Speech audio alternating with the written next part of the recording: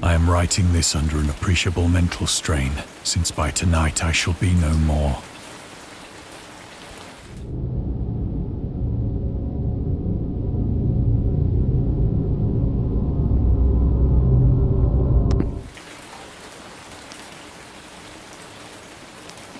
Penniless, and at the end of my supply of the drug which alone makes life endurable, I can bear the torture no longer, and shall cast myself from this garret window into the squalid street below.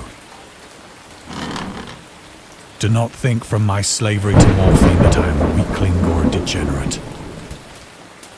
When you have read these hastily scrawled pages, you may guess, though never fully realize, why it is that I must have forgetfulness or death.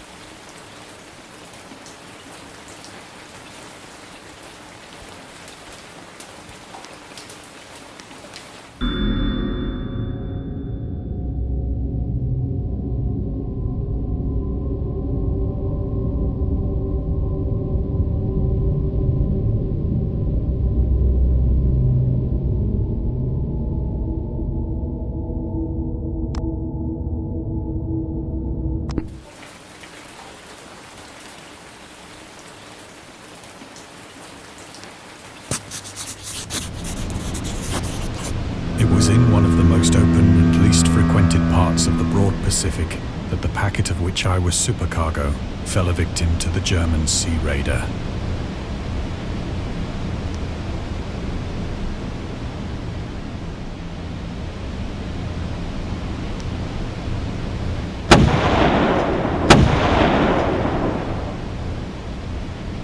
The Great War was then at its very beginning, and the ocean forces of the Hun had not completely sunk to their later degradation, so that our vessel was made a legitimate prize, whilst we of her crew were treated with all the fairness and consideration due us as naval prisoners.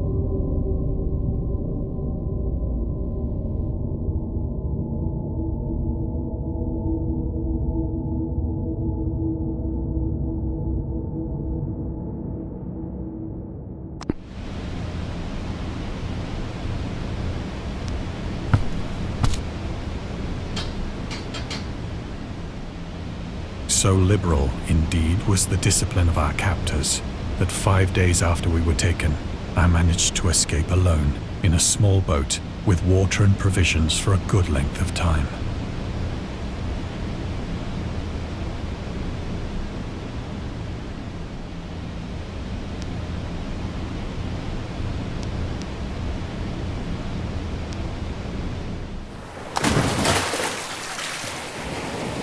When I finally found myself adrift and free, I had but little idea of my surroundings. Never a competent navigator, I could only guess vaguely by the sun and stars that I was somewhat south of the equator. Of the longitude, I knew nothing, and no island or coastline was in sight.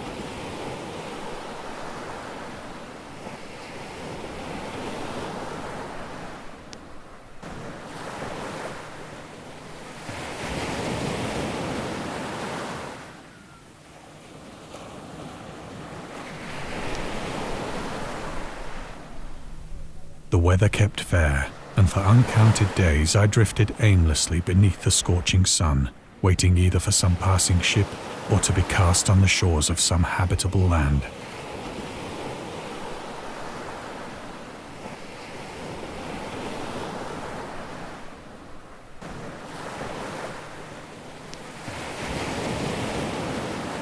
But neither ship nor land appeared, and I began to despair in my solitude upon the heaving vastness of unbroken blue. The change happened whilst I slept. Its details I shall never know.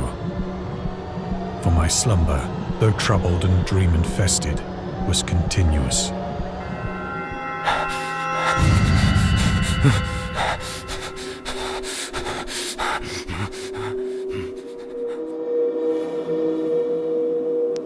When at last I awoke, it was to discover myself half sucked into a slimy expanse of hellish black mire, which extended about me in monotonous undulations as far as I could see, and in which my boat lay grounded some distance away.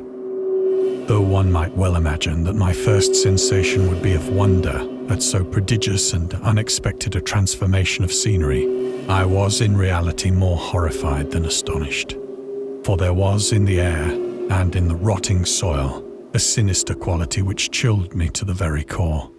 The region was putrid with the carcasses of decaying fish and of other less describable things which I saw protruding from the nasty mud of the unending plain. Perhaps I should not hope to convey in mere words the unutterable hideousness that can dwell in absolute silence and barren immensity. There was nothing within hearing and nothing in sight save a vast reach of black slime. Yet the very completeness of the stillness and the homogeneity of the landscape oppressed me with a nauseating fear. The sun was blazing down from a sky which seemed to me almost black in its cloudless cruelty, as though reflecting the inky marsh beneath my feet.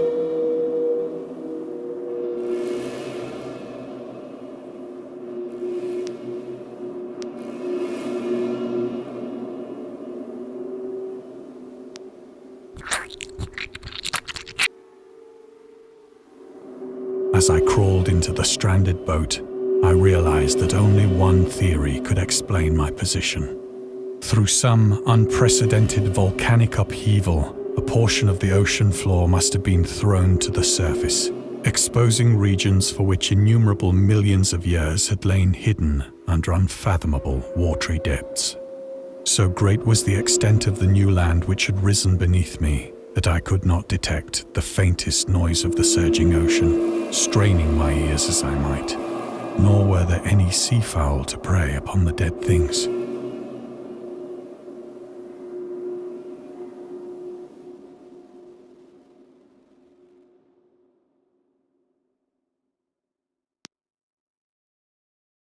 For several hours I sat thinking or brooding in the boat, which lay upon its side and afforded a slight shade as the sun moved across the heavens. As the day progressed, the ground lost some of its stickiness and seemed likely to dry sufficiently for traveling purposes in a short time. That night I slept but little, and the next day I made for myself a pack containing food and water, preparatory to an overland journey in search of the vanished sea and possible rescue.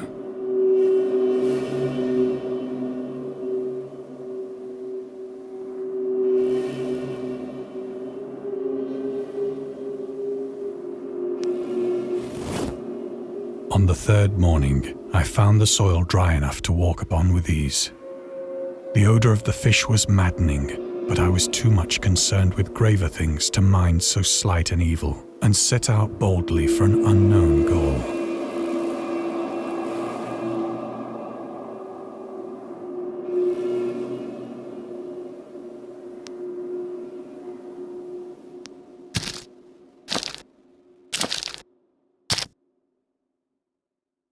All day I forged steadily westward, guided by a faraway hummock which rose higher than any other elevation on the rolling desert.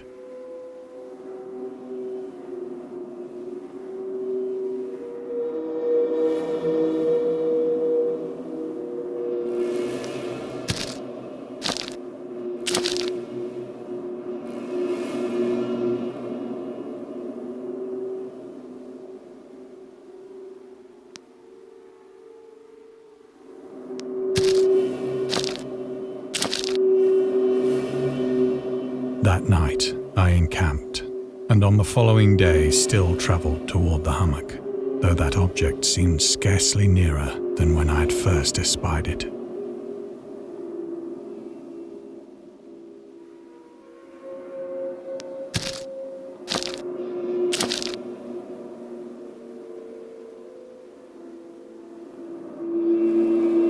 fourth evening, I attained the base of the mound, which turned out to be much higher than it had appeared from a distance. An intervening valley setting it out in sharper relief from the general surface. Too weary to ascend, I slept in the shadow of the hill. I know not why my dreams were so wild that night, but ere the waning and fantastically gibbous moon had risen far above the eastern plain, I was awake in a cold perspiration, determined to sleep no more. Such visions as I had experienced were too much for me to endure again, and in the glow of the moon I saw how unwise I had been to travel by day. Without the glare of the parching sun, my journey would have cost me less energy. Indeed, I now felt quite able to perform the ascent which had deterred me at sunset. Picking up my pack, I started for the crest of the eminence.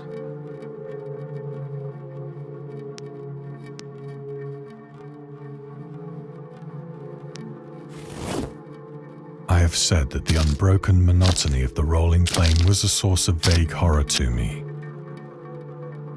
But I think my horror was greater when I gained the summit of the mound and looked down the other side into an immeasurable pit or canyon, whose black recesses the moon had not yet soared high enough to illumine. I felt myself on the edge of the world, peering over the rim into a fathomless chaos of eternal night. Through my terror ran curious reminiscences of Paradise Lost and of Satan's hideous climb through the unfashioned realms of darkness. As the moon climbed higher in the sky, I began to see that the slopes of the valley were not quite so perpendicular as I had imagined.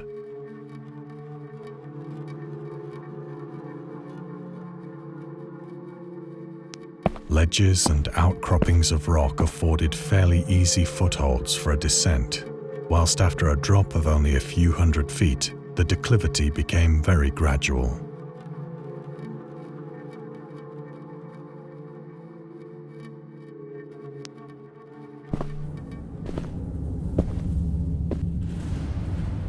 Urged on by an impulse which I cannot definitely analyze, I scrambled with difficulty down the rocks and stood on the gentler slope beneath, gazing into the Stygian deeps, where no light had yet penetrated. All at once, my attention was captured by a vast and singular object on the opposite slope, which rose steeply about 100 yards ahead of me, an object that gleamed whitely in the newly bestowed rays of the ascending moon.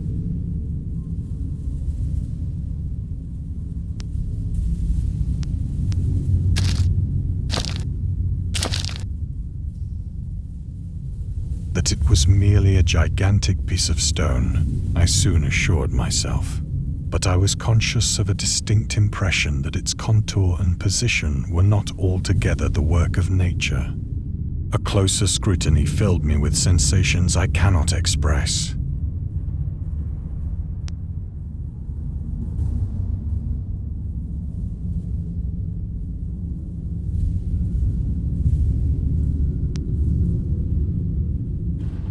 For despite its enormous magnitude and its position in an abyss which had yawned at the bottom of the sea since the world was young, I perceived beyond a doubt that the strange object was a well-shaped monolith, whose massive bulk had known the workmanship and perhaps the worship of living and thinking creatures. Dazed and frightened, yet not without a certain thrill of the scientist's or archaeologist's delight, I examined my surroundings more closely.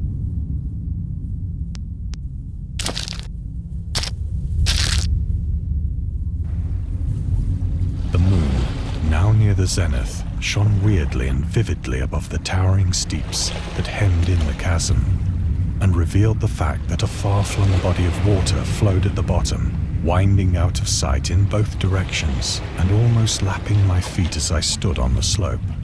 Across the chasm, the wavelets washed the base of the Cyclopean monolith, on whose surface I could now trace both inscriptions and crude sculptures.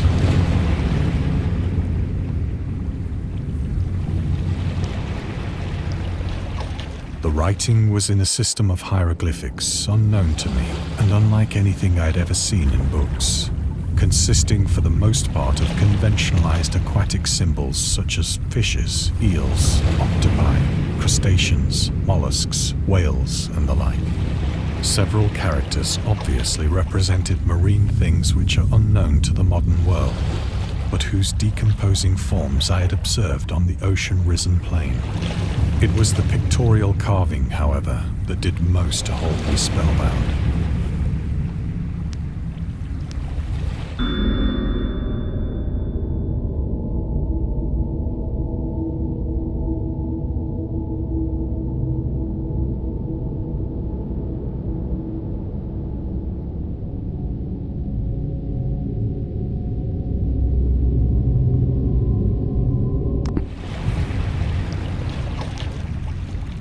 Plainly visible across the intervening water on account of their enormous size were an array of bas-reliefs whose subjects would have excited the envy of a Doré.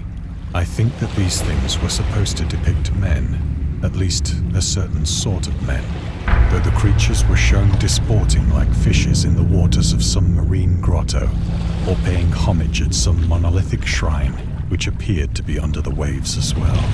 Of their faces and forms I dare not speak in detail, for the mere remembrance makes me grow faint.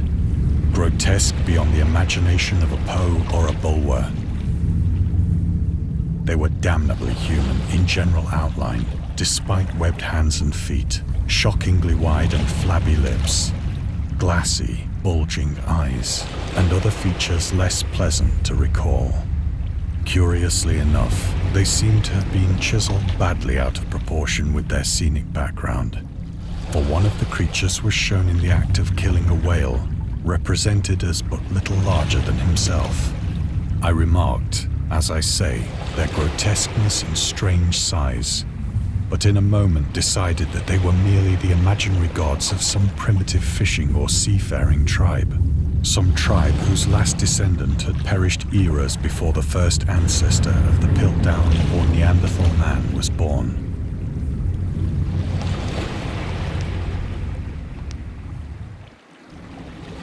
Awestruck at this unexpected glimpse into a past beyond the conception of the most daring anthropologist, I stood musing whilst the moon cast queer reflections on the silent channel before me. Then, suddenly, I saw it. With only a slight churning to mark its rise to the surface, the thing slid into view above the dark waters.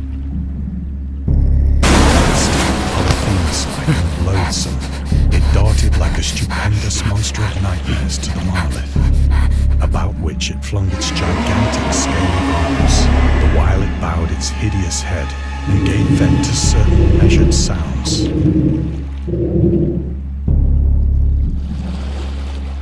I think I went mad then. Of my frantic ascent of the sloping cliff and of my delirious journey back to the stranded boat, I remember little.